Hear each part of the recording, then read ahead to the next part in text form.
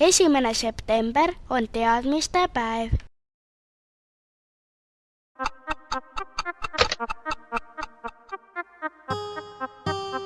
Tere hommikust, kas koolilaps on juba üleval?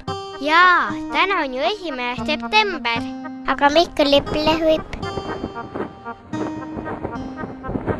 Lipp lehvib sellepärast, et Juss läheb täna kooli.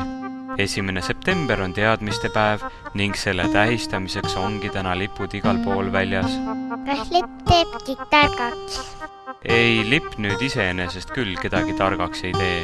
Aga lipp on väga tähtis märk. Igal riigil on oma lipp, mis pannakse tähtsate sündmuste puhul välja lehvima. Eesti lipp on sinimustvalge. Kas 1. september on siis tähtis päev?